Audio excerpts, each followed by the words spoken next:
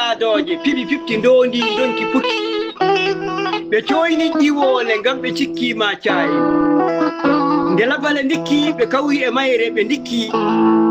ɓe donki ɓe pukki amical kabrannogal jamne Afrique banggue hirnangue ɓe ndondi ha dow leydi ɓe pukki ko nde ndelli e koobi dogali moral maayo ɗi tawi pawle maaje ɓe guddi ko ɗon baroje gulli luuki mbi cawgu dañama liitori jikkodiri he maayo awtilaje seyki maayo noddinoɗi e camaba ɗi jikkodiri he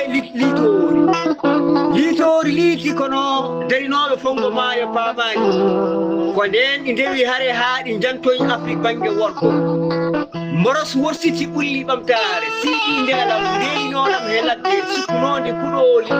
waɗi lekkule he ñooɓe ɓamtare Afrique ko gendɗi beccandi pele Saykou Oumar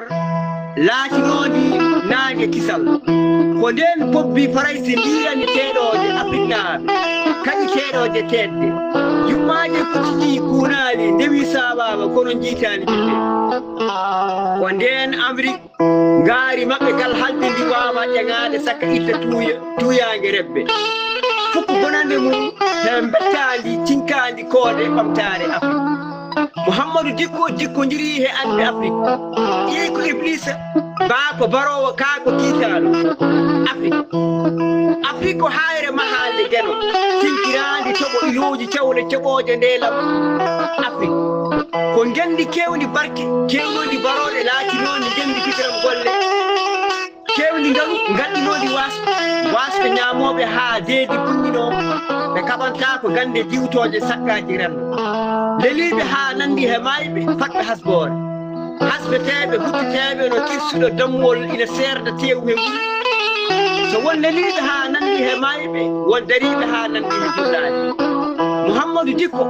mo bonɗo jikkodiri he leñol felmi rewa he worgo kadi deejere he kisal lamɓe lamminaɓe he laamu ronkuɓe lambinde lamminnoɓe lamminiriɓe lamminnoɓe kure he condi Afrique